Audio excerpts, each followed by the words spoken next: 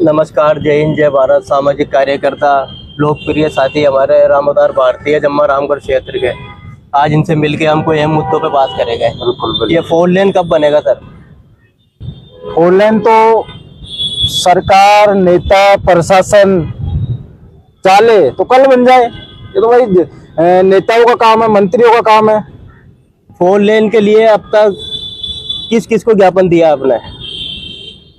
आदिल भाई, मैं आपकी जानकारी के लिए बताऊं, NH 148 जो दौसा से मनोरपुर हाईवे है, इसको 4 लेन बनाने के लिए हमने MLA, MP, कलेक्टर जयपुर, मंत्री साहब के नाम ज्ञापन दिया और उनसे निवेदन किया कि साहब जो NH 148 दौसा से मनोरपुर हाईवे है, इसको आप 4 लेन बनाए।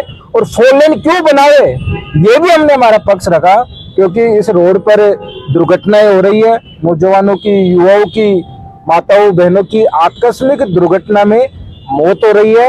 और यदि ये रोड 4 लेन बनता है तो लोगों को एक पॉजिटिव मैसेज आता है। जो दुर्घटनाएं हो रही है दिन प्रतिदिन, उनमें सुधार आता है। इसलिए क्षेत्र की मांग है, लोगों की मांग ये है। ज्ञापन देने का सिलसिला कब तक चलेगा? अब ज्ञापन देने का सिलसिला भाई हमारे हाथ में तो ज्ञापन ही है। यदि कोई क्षेत्र में समस्या है, कोई पीड़ा है, कोई दुख है, दर्द है, तो हम तो ज्ञापन के माध्यम से प्रशासन को, जनप्रतिनिधियों को बता सकते हैं कि साहब ये इस क्षेत्र की समस्या है और ये एक ज्ञापन है, इस पे आप काम करो। मैं कैसे बताएंगे हम हमारी पीड़ा? ज्ञापन के माध्यम से तो बताएंगे। उनके पास जाएंगे, उनसे निवेदन करेंगे, अपील करेंगे कि साहब ये समस्या है। अभी तक इस हाईवे पे कितने लोगों की जान जा चुकी है? अब तक इस रोड में मेरी जानकारी में है, आप ये देखिए, एक ऐसा दिन नहीं जा रहा जिस दिन दुर्घटना ही नहीं हो रही है। अभी राजस्थान पत्रिका की खबर आई थी, पिछले 12 महीने में लगभग 273 दुर्घटनाएं हुई है, जिसमें से सैकड़ों लोग खत्म हुए हैं और 250 के लगभग लोग घायल हुए हैं। आप पीड़ित परिवारों से मिलकर क्या संदेश देते हो? मैं और मेरी पूरी टीम, जो पीड़ित परिवार है इस रोड पे, जो दुर्घटना ग्रस्त हुए हैं, किसी का हाथ, किसी का पैर, किसी में सिर में चोट आई है, उनके लिए हमें जो आर्थिक सहायता का मिशन होता है वो प्रारंभ करते हैं और सब लोगों के साथ और सहयोग से उनको 1-2 लाख रुपए दिलाने का काम करते हैं। आपने ये हस्ताक्षर अभियान चलाया था, इसका क्या परिणाम निकला? आपकी जानकारी के लिए बताऊं, जो हमने हस्ताक्षर अभियान चलाया था सन 2022 में, हमारी मांग ये थी कि साहब ये जो NH 148 है, इसकी लंबाई 65 किलोमीटर है, इसमें इसको आप 4 लेन बना दो और आंधी से रायसर के बीच में एक ट्रॉमा सेंटर खुलवा दो, जिससे दुर्घटनाग्रस्त व्यक्तियों को हमें बहुत जल्द मेडिकल सुविधा दे सके। और हमने गांव-गांव, ढाणी-ढाणी जाकर नौजवानों से, युवाओं से, माताओं बहनों से मिले और जो गांव के पंच होते हैं, सरपंच होते हैं, प्रशासन होता है, उनसे जाके मिले और 10-15 हजार लोगों के साइन लेकर हमने आगे सरकार को वो ज्ञापन दिया। और उस हस्ताक्षर अभियान का परिणाम ये निकला कि 2024 में जो फरवरी में बजट आता है, उसमें प्रदेश सरकार को ट्रॉमा सेंटर खोलने की घोषणा करनी पड़ी। ग्राम पंचायत में ट्रॉमा सेंटर की घोषणा हुई है। अब आने वाले समय में जमीन भी अलॉट हो गई, आने वाले समय में वो बनेगी बिल्डिंग। NH 148 की समस्या क्या है? NH 148 की समस्या यही है कि ये मेगा हाईवे है और मेगा हाईवे होने के कारण, ओवरटेक करने के कारण दुर्घटनाएं होती है। और अभी इसमें सबसे बड़ी समस्या ये भी हो रही है, जो अपनी बांदीकुई वाला रोड है, ये जो आगे टच करता है अपने जयपुर से बांदीकुई होते हुए, इस पर ये रोड प्रारंभ हो गया, यातायात बढ़ गया है, ट्रैफिक बढ़ गया है। अब ये रोड 4 लेन होना चाहिए। इसकी समस्या यही है कि ये 4 लेन नहीं होगा तब तक दुर्घटनाएं होती रहेगी। तो कैसे बनेगा ये 4 लेन? आपकी जानकारी के लिए बताऊं, जब अपना जो ये दौसा, जयपुर, दौसा, दिल्ली, आगरा रोड था, ये पहले मेगा हाईवे था और जैसे ये 4 लेन हुआ, अब दुर्घटनाएं नहीं होती है। अब आप पूछ रहे हो कि कैसे बनेगा? भाई, नेताओं का काम है बनाना, मंत्रियों का काम है बनाना, जनप्रतिनिधियों का काम है इस मुद्दे पर ईमानदारी से अपनी बात रखना, लोकसभा और विधानसभा में मजबूती से अपनी राय रखना। भाई, कोई समस्या है, कोई बात है, तो आप अपनी जायज बात रखो तो सही। जब क्षेत्र के हम नौजवान, युवा साथी, प्रत्येक गांव डाणी के लोग जो पीड़ित है, जो सामाजिक कार्यकर्ता है, सब लोग आगे बढ़ रहे हैं, आगे आ रहे हैं कि साहब इस रोड को आप 4 लेन बना दो। ये रोड 4 लेन होगा तभी इन लोगों को हम बचा सकते हैं, इन लोगों को साथ में लेके चल सकते हैं। लोगों में एक डर सा हो रहा है यार ये तो रोड ही बहुत खतरनाक हो गया, दुर्घटनाएं हो रही है, मौत हो रही है। जम्मा रामगढ़ क्षेत्र की जनता का ये कहना है कि सैटेलाइट हॉस्पिटल आपकी जीत है, इस पे क्या विचार है आपके? सैटेलाइट हॉस्पिटल मेरी व्यक्तिगत जीत नहीं है, ये सब युवा साथी, सामाजिक कार्यकर्ता, नौजवान साथी जो हस्ताक्षर अभियान में साथ में आए, जो अपने माध्यम से, व्यक्तिगत माध्यम से, अपनी टीम के माध्यम से प्रशासन को, एसडीएम को, कलेक्टर को, जनप्रतिनिधियों को जिन्होंने ज्ञापन दिया, उन सब की जीत है। ये अकेले रामोतर भारती की जीत नहीं है, ये सब लोगों की जीत है। और मैं और हमारी सब जो लोग इस अभियान से जुड़े हुए हैं उनकी जीत मैं तब मानूंगा जब ट्रॉमा सेंटर बिल्डिंग बनके तैयार हो जाएगी और जो उस रोड पर जो दुर्घटनाएं होती है उनका इलाज प्रारंभ हो जाएगा, तब हमारी जीत रहेगी। अभी तो ये प्रारंभिक जीत है, लेकिन अभी बिल्डिंग बनना बाकी है, उसमें डॉक्टर लगना बाकी है, काम होना बाकी है, इलाज होना बाकी है। जब इलाज हो जाएगा तब हमारी जीत होगी। आपकी क्या भूमिका है हाईवे को लेकर? हाईवे को लेकर हमारी एक माध्यम की भूमिका है, हमें एक सेतु बनने का काम कर रहे हैं और हम ये प्रयास कर रहे हैं कि जो जनता की समस्या है, जनता का जो दुख है, दर्द है, पीड़ा है, उनको जो जनप्रतिनिधि है, एमपी, एमएलए है, प्रशासन है, मंत्री साहब है, उनके पास में पहुंचाने का काम कर रहे हैं। हम ये चाह रहे हैं कि साहब ये रोड है, इस रोड की दूरी सिर्फ 65 किलोमीटर है, ज्यादा बड़ी लंबी दूरी भी नहीं है। इस रोड पर दुर्घटनाएं हो रही है, नौजवानों की, युवाओं की मौत हो रही है और क्षेत्र के प्रत्येक लोग, गांव ढाणी आसपास के लोग ये चाह रहे हैं कि साहब ये रोड 4 लेन बना दो। तो हम उनकी आवाज को मजबूती से उठाकर आगे प्रशासन के सामने, मंत्री साहब के सामने रख रहे हैं और उनसे निवेदन कर रहे हैं, ज्ञापन दे रहे हैं कि साहब ये 4 लेन बनाओ। हमने इस समस्या को लेकर 16 मार्च को ग्राम पंचायत रायसर में एक बड़ी महासभा का आयोजन किया था और जो लोकल वहां के जनप्रतिनिधि लोग थे उनसे अपील की थी कि साहब आप आओ और इस समस्या में आप अपनी भूमिका निभाओ और इसको आगे लेकर जाओ, इसको 4 लेन बनाओ। और लोगों के साथ और सहयोग भी हमें मिला था। अभी करीबन 10 मार्च को एक हमारे लाइनमैन थे सुरेश जी मीणा, वहीं देवी तला का, उनका एक्सीडेंट हुआ और एक्सीडेंट इतना जबरदस्त हुआ, आदिल जी वहीं मौके पर उसकी मौत हो गई। उसके बाद में एक हमारी टीम का, कोर कमेटी का साथी था मिठ्ठालाल जी गुड्डा, जो खुद एक सामाजिक कार्यकर्ता था, लोगों के लिए बढ़ चढ़कर आगे आता था, उसकी भी उसी रोड पर दुर्घटना हो गई।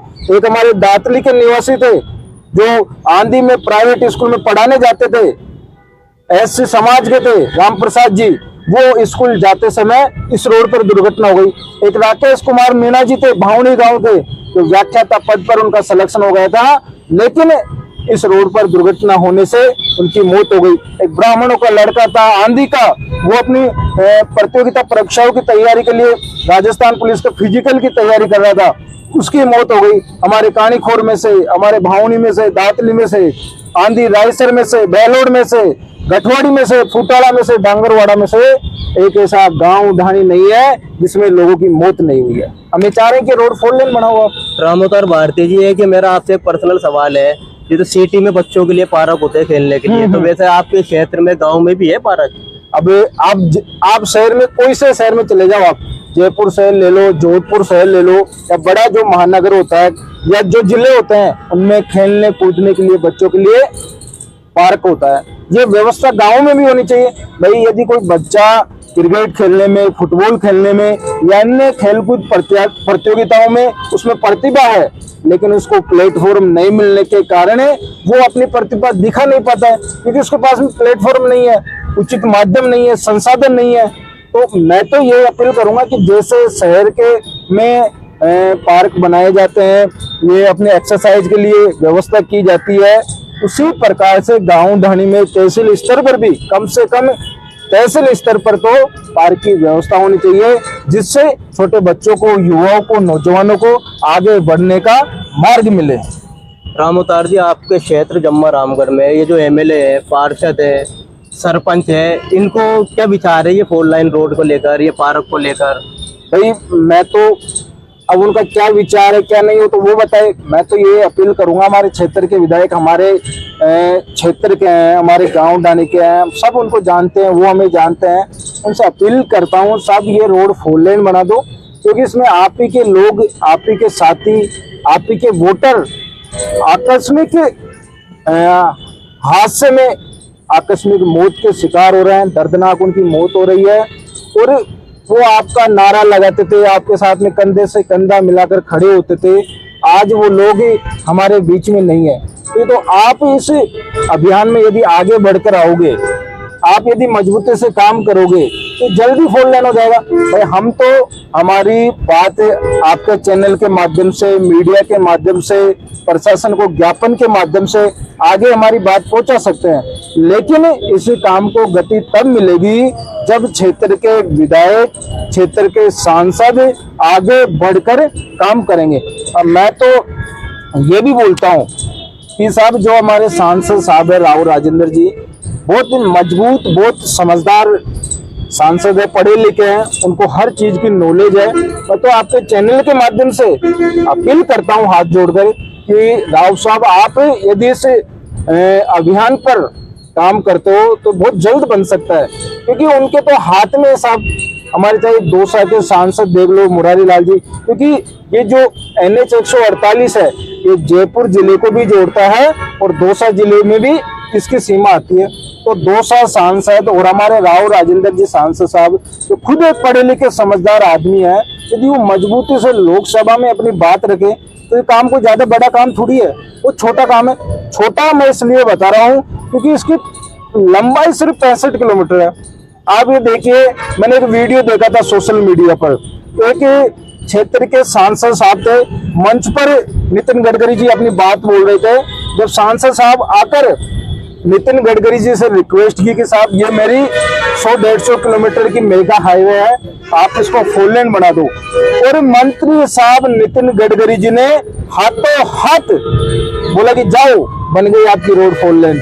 तो मैं आपके चैनल के माध्यम से अपील करना चाहता हूँ राव राजेंद्र जी से कि साहब आप सरकार के आदमी है, समझदार आदमी है, और यदि आप मजबूती से मंत्री साहब के सामने अपना पक्ष रख दे और ये दुर्घटनाओं का आंकड़ा बता दे, हम आपको डाटा अवेलेबल करवा देंगे। हमारे पास में पूरा डाटा है, प्रत्येक साल का डाटा, ईयर वाइज डाटा है। यदि आप ये डाटा मजबूती से मंत्री साहब के सामने रख दे तो आदिल जी ये काम बहुत छोटा काम है, क्योंकि मंत्री साहब को हमने देखा नहीं है लेकिन हमने सुना है, अखबारों में पढ़ा है, टीवी में देखा है, जिस सेवा भाव से और जिस सकारात्मक रूप से नितिन गडकरी जी काम करते हैं, हमारा रोड 4 लेन हो सकता है। लेकिन बात तो ये रखे, पक्ष तो ये रखे। अभी तक जम्मा रामगढ़ के क्षेत्र ने नितिन गडकरी को ज्ञापन दिया हमने रोड को लेकर? 4 लेन को हमने जो हस्ताक्षर अभियान चलाया था, लोगों से जाकर मिले, हमने ज्ञापन तैयार किया और हमने ज्ञापन कलेक्टर साहब को दिया, एक तो राष्ट्रपति जी के नाम से, और एक ज्ञापन दिया कलेक्टर साहब को अपने नितिन गडकरी जी मंत्री साहब के नाम से। फिर उसके बाद में हमारे जो क्षेत्रीय विधायक है श्रीमान महेंद्र पाल जी, उनको एक ज्ञापन दिया कि साहब आप इसको मंत्री साहब के सामने पहुंचाओ। हमारे जो सांसद साहब है राव राजेंद्र जी, उनको भी मंत्री साहब के नाम से ज्ञापन दिया। भाई हमारी पहुंच जयपुर तक है, हम जयपुर तक जा सकते हैं, हमारी बात रख सकते हैं। अब दिल्ली हमें कौन जानता है, दिल्ली हमें कोई जानता नहीं, तो वहां हम पहुंच नहीं पाए। यदि आपकी कोई जानकारी में हो या कोई दर्शकों की जानकारी में हो तो आप हमें मिला दो मंत्री साहब से, हम तो मंत्री साहब को भी पर्सनल मिलकर रिक्वेस्ट करके ज्ञापन दे देंगे।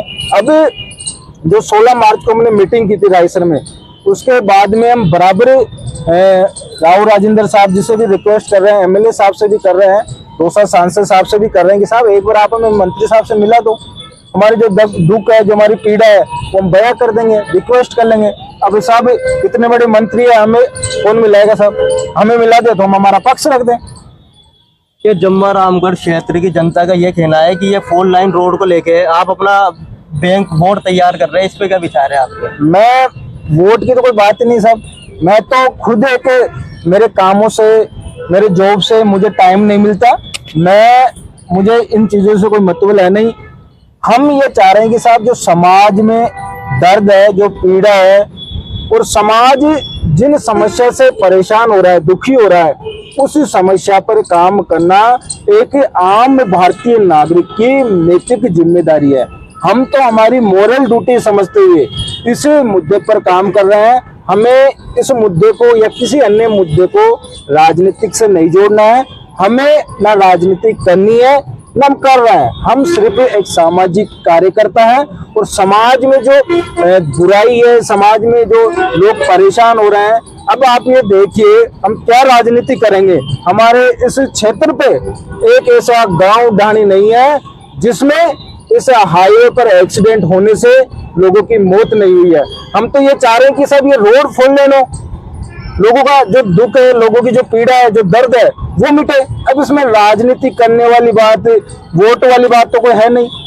हम तो ये चाहते हैं कि सब रोड फोड़ लेना। यदि ये रोड फोड़ लेना हो जाएगा तो हमें हमारे कोर्ट से टाइम नहीं मिलता। आप देखते हो कोर्ट में कितना काम होता है, उससे हमें फुर्सत नहीं मिलती।